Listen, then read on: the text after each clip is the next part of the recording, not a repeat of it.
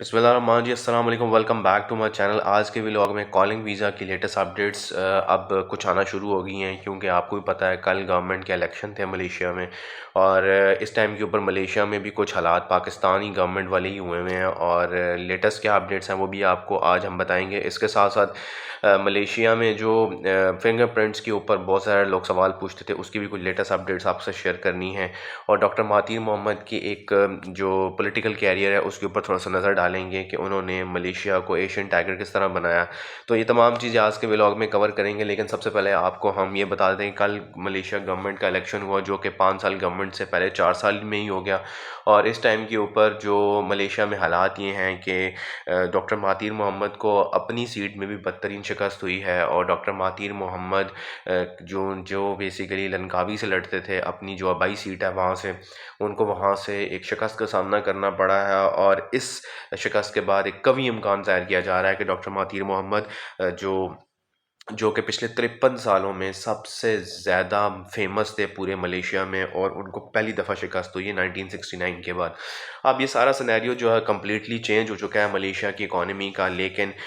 Malaysian economic situation اگر دیکھی جائے، اور جو لوگ ملیشیا کی پالیسی کو سمجھتے ہیں اور جن کا گہرا تعلق رہا ہے ڈاکٹر مہاتیر کے ساتھ کام کرنے میں، اور جن لوگوں کی گہری نظر رہی ہے ملیشیا کی جو اکنامک پوزیشن ہے اس کو کس طرح انہوں نے مانیٹر کیا، اور کس طرح جو ہے وہ ملیشین گورنمنٹ نے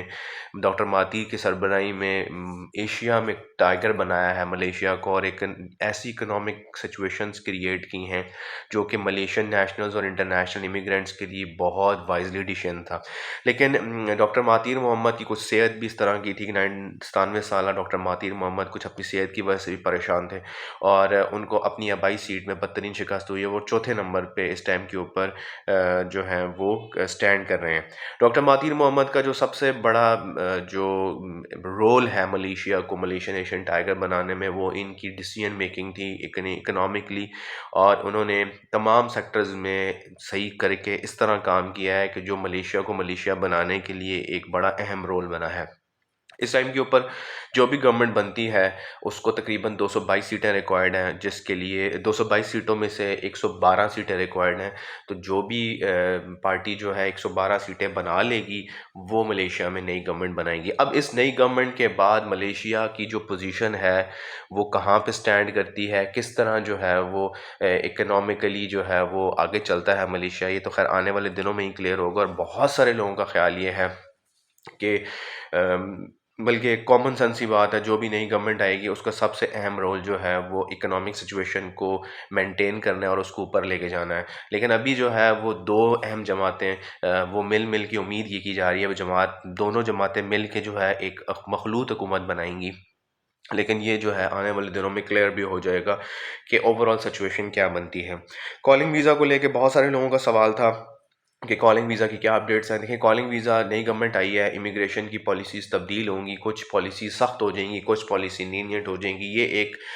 بیوٹی ہے ڈیموکریسی کی، اور بہت سارے لوگ جو ہیں وہ جو بات کرتے ہیں کہ وہ ہر ملک یہی چاہتا ہے، یا کوئی بھی ملک کا سربراہان جو بھی بنتے ہیں نئے یا پرانے بھی، وہ یہی ہوتے ہیں کہ جو ملک ہے اس کو اکنامکلی کیسے سٹیبل کیا جائے۔ اس ٹائم کے اوپر سب سے بڑا چیلنج جو نئی گورنمنٹ کے اوپر ہوگا وہ ملک کی اکانومی کو لے کے ہوگا، اور کالنگ ویزا میں کچھ لوگوں کا خیال یہ ہے کہ امیگریشنز میں لوگ جو ہیں وہ آئیں گے، شامل ہوں گے، اور نئے لوگوں کو شامل کیا جائے گا، جو لوگ فارنرز میں آئیں، فارنر امیگریشنز لے کے آئیں گے، اور کالنگ ویزا کا جو ریشو ہے بڑھے گی، کیونکہ کچھ سیکٹرز ایسے ہیں جہاں پہ کالنگ ویزا کو لے کے اور انٹرنیشنل جو ورکر ہیں ان کی ریکوائرمنٹ بہت زیادہ ہے، لیکن جو اوورآل سارے سیکٹرز میں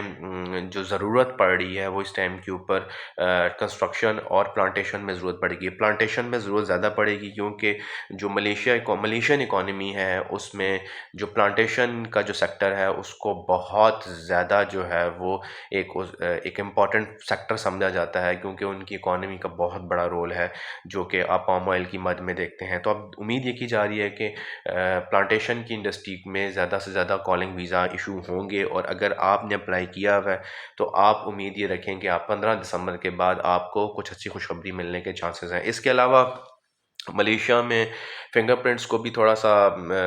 گو تھرو کیا جا رہا ہے کہ فنگر پرنٹس جو ہیں وہ اگر آپ کا ویزا ایکسپائر ہو گیا یا ایکسپائر ہونے والا ہے تو کچھ فنگر پرنٹس میں کچھ پالیسیز کو تبدیل کیا جائے، لیکن ابھی تک کوئی پراپر نوٹیفیکیشن نہیں آیا۔ اب نئی گورنمنٹ آتی ہے، وہ اس کو کس طرح ہینڈل کرتی ہے اور کس طرح جو ہے وہ تمام لوگ جو ہیں وہ ملیشیا میں جو رہ رہے ہیں اور ان کا ویزا ایکسپائر ہو گیا اس کو ملیشین امیگریشن کیسے ٹیکل کرتی ہے، تو آنے والے وقت میں ہی پتہ چلے گا۔ ملیشیا کے حوالے سے اور بھی جو لیٹسٹ اپڈیٹس ہمارے پاس آئیں گی وہ ہم آپ کے ساتھ شیئر کرتے رہیں گے۔ آپ اگر ہمارے چینل کے اوپر نئے ہیں اور ملیشین اپڈیٹس یا کوئی بھی ویزا ریلیٹڈ اپڈیٹس چاہتے ہیں تو ہمارے چینل کو فالو کر لیں۔ ملتے ہیں جی ایک نئی ویڈیو کے ساتھ، اپنا بہت خیال رکھیے گا، دعا میں یاد رکھیے گا۔ اللہ حافظ۔